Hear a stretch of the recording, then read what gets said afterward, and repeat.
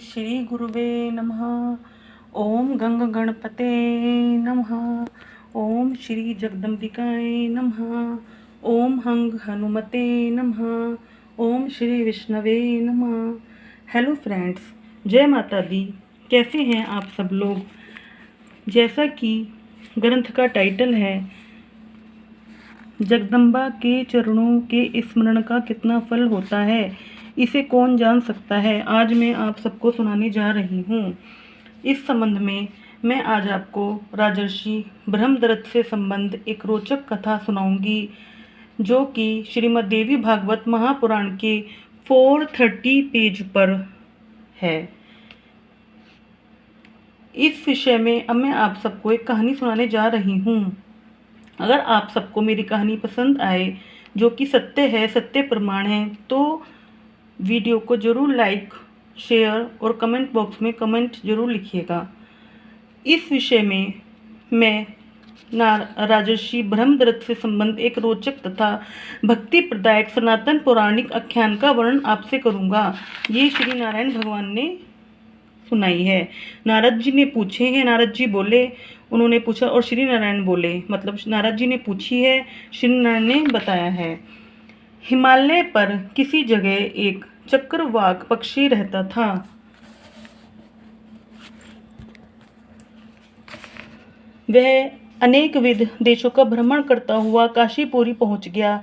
वहां वह पक्षी प्रारब्धवश अनाथ की भांति अन्न कणों के लोभ से लीलापूर्वक भगवती अन्नपूर्णा के दिव्य धाम में जा पहुंचा। आकाश में घूमते हुए वह पक्षी मंदिर की एक प्रदक्षिणा करके मुक्तिदायिनी काशी को छोड़कर किसी अन्य देश में चला गया। कालांतर में वह मृत्यु को प्राप्त हो गया और स्वर्ग चला गया। वह एक दिव्य रूपधारी युवक होकर वह एक समस्त सुखों का भोग करने लगा।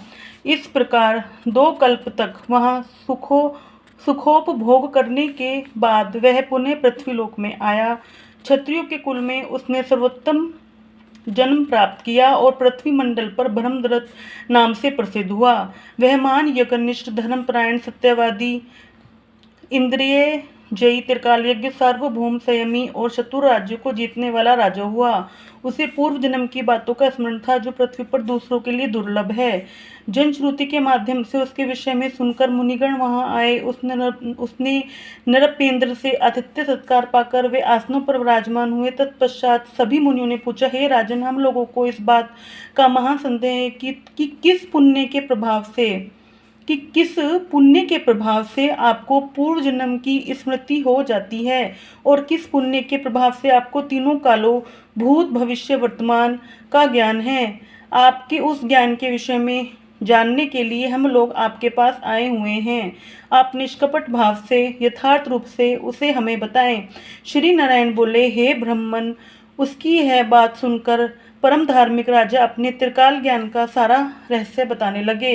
हे मुनिगणों, आप लोग मेरी इस ज्ञान का कारण सुनिए। मैं पूर्व जन्म में चक्रवाक पक्षी था। नीच योनि में जन्म लेने पर भी मैंने अज्ञानपूर्वक भगवती अन्नपूर्णा की प्रदक्षिणा कर ली थी। हे सुव्रतो, उसी पुण्य प्रभाव से मैंने 2 कल्प पर्यंत स्वर्ग में निवास किया। 2 कल्प पर्यंत स्वर्ग में निवास किया और उसके बाद इस जन्म में भी मुझ में त्रिकालज्ञता विद्यमान है। जगदम्बा के चरणों के स्मरण का कितना फल होता है, इसे कौन जान सकता है। उसकी महिमा का स्मरण करते ही मेरी आंखों से निरंतर अश्रु गिरने लगे। ओम श्री जगदम्बिकाय नमः। फ्रेंड्स, अगर मेरी वीडियो आपको अच्छी लगे तो लाइक, कमेंट और शेयर जरूर कीजिएगा। जय माता दी, जय माता दी। जगदम्बा के चरणों का इतना फल होता है, यह इस कहानी के माध्यम से मैंने आपको बता दिया है।